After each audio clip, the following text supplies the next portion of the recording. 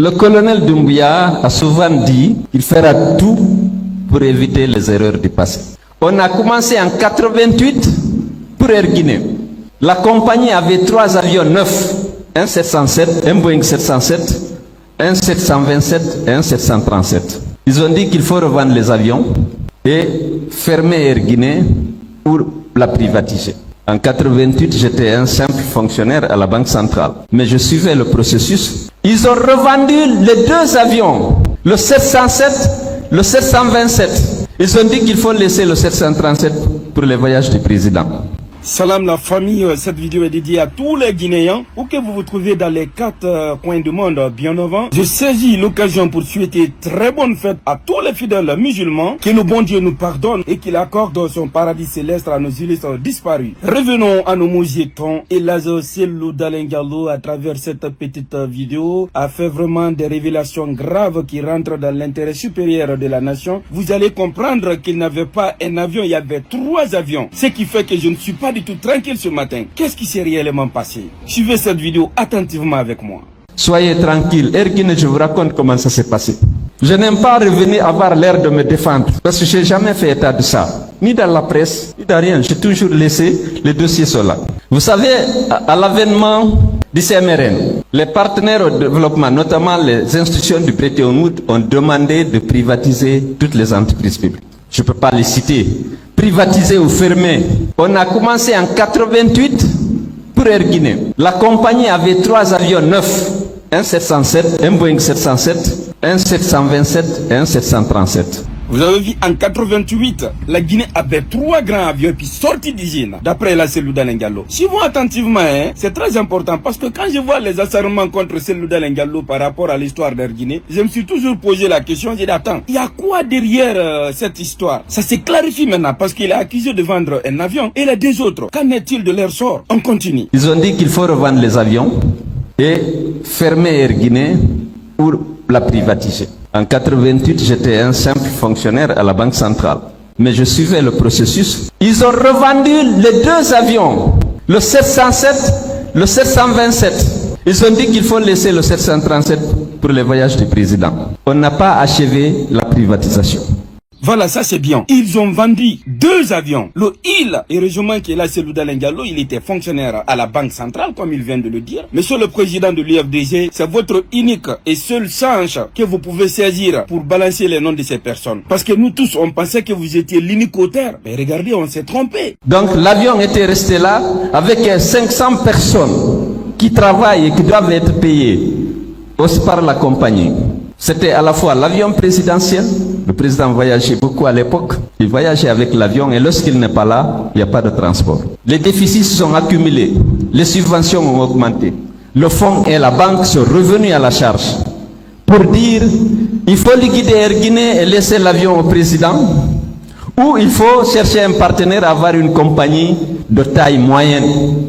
Mon Dieu, est-ce que vous avez compris cette explication? C'est-à-dire, on a les avions, les taxiques ont décidé de vendre 2, ça restait 1. C'est-à-dire, malgré tout, ils veulent vendre ça aussi pour dire que le pays doit essayer de chercher un partenaire qui peut leur louer des avions. C'est vraiment extraordinaire.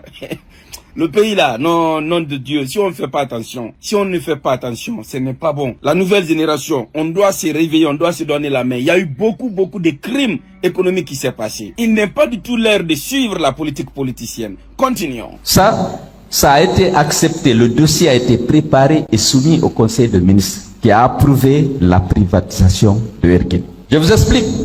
Le ministre des Finances a demandé une assistance technique à la Banque mondiale parce que c'est le ministre des Finances qui est chargé des privatisations. C'est lui le ministre en charge du portefeuille de l'État. La Banque mondiale lui a envoyé une société qui s'appelle Aérosynergie puisque j'étais ministre des Transports. L'expert était là et en train de rédiger le cahier de charges et le dossier d'appel d'offres lorsque le président Conté a décidé.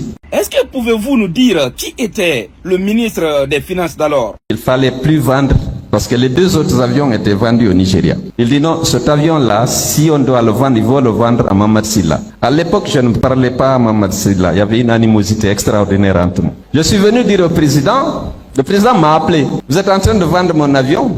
J'ai dit oui, président, le conseil des ministres a décidé, la Banque mondiale a envoyé l'expert. Actuellement, il est en train de rédiger le cahier de charges. Il dit non, il faut arrêter. Est-ce que c'est la banque qui a acheté l'avion? Je dis non, mais on a décidé au conseil des ministres. Il dit donc, moi je suis pour la vente, mais vendez aux Guinéens, parce que les deux autres ont vendu. Je ne dis pas de lui donner, il faut lui vendre. J'ai dit, président, c'est pas moi qui suis chargé des privatisations. Il y a un ministère chargé des privatisations. C'est le ministère de l'économie et des finances, au sein duquel... Dans une de mes vidéos, je vous ai parlé du patriotisme du fait général Lansana Conté, malgré qu'il était analphabète. Vous avez suivi avec intérêt ce petit passage du président de l'Union des forces démocratiques de Guinée, et là c'est Ludalen Tianlo. Comment un conseil des ministres peut décider de vendre un avion sans passer par le président de la République? Vous avez vu combien de fois le régime là a mis la Guinée en retard? Les non-dits, comme le disent les grandes gueules, la langue de bois, s'abstenir. Continuons. Il y a une unité de privatisation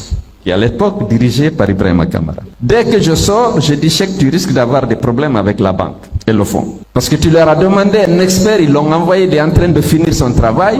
Le président veut remettre Erguiné Mamad Silla. Lève-toi, sinon il va le faire. Tu auras un problème de crédibilité avec le fonds et la banque. Il a essayé.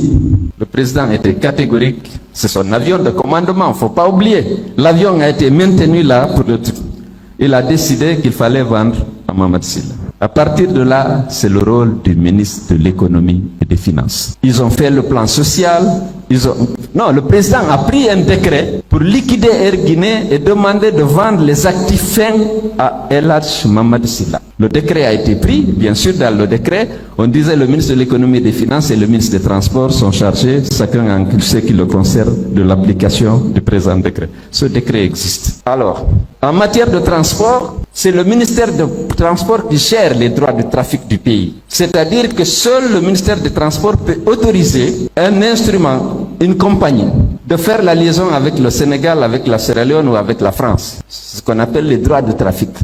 Ça, c'est une compétence exclusive du ministère des Finances et du ministère des Transports. Après, ils ont négocié là-bas, ils ont fixé un prix, il a payé je ne sais pas combien. Il m'a dit que l'avion, c'était 4 millions de dollars, ce qui était écrit, 4 millions de dollars pour un Boeing qui avait 20 ans à l'époque. C'était raisonnable sur Internet. Est-ce qu'il a payé combien? Ça, c'est le rôle du ministre des Finances et du Trésor. Nous, on n'a pas envoyé de commission dans la liquidation. Il n'y a pas eu de commission.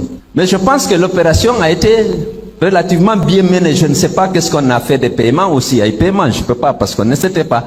Maintenant, la convention qui comportait des dispositions relatives au transfert des droits de trafic de Air Guinée à Air Guinée Express, cette convention, je l'ai signée. Il y a eu beaucoup de problèmes entre le président et moi pour ça, parce que je ne reviens pas dessus, parce qu'il pensait que je m'opposais, parce que j'étais en conflit ouvert avec Mamad Silla. C'était connu de tous les Guinéens. Je dis non, c'est parce que des engagements étaient pris. Je ne vais pas revenir sur tous les deux. Je voulais juste vous rassurer. Je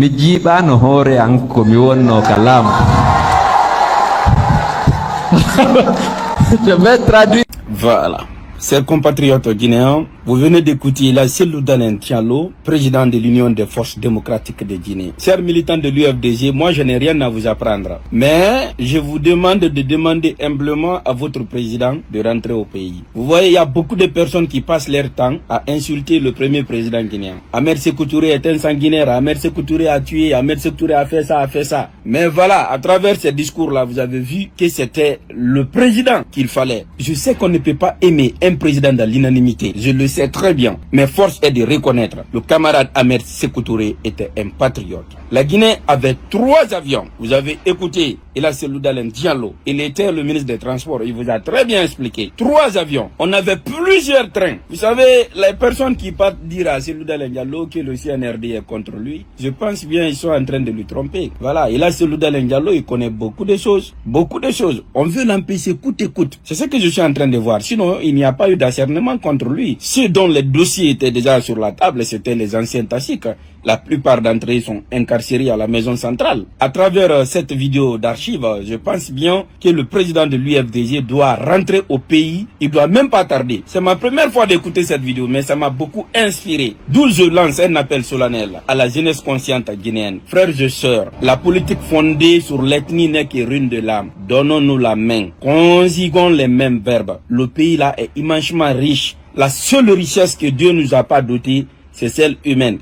depuis l'indépendance, vous avez vu à travers cette petite vidéo les traces que le premier président guinéen a laissées. Donc ce n'est pas une question d'ethnie. Dans le gouvernement, il y avait des Peuls, il y avait des Malinqués, il y avait des Soucis, il y avait des forestiers. Ce qui nous arrange aujourd'hui pour un meilleur lendemain, c'est de se donner la main. Vive la paix, vive la fraternité, vive le CNRD, vive la transition, ensemble pour une Guinée unie et prospère sans violence. Wassalamu alaikum.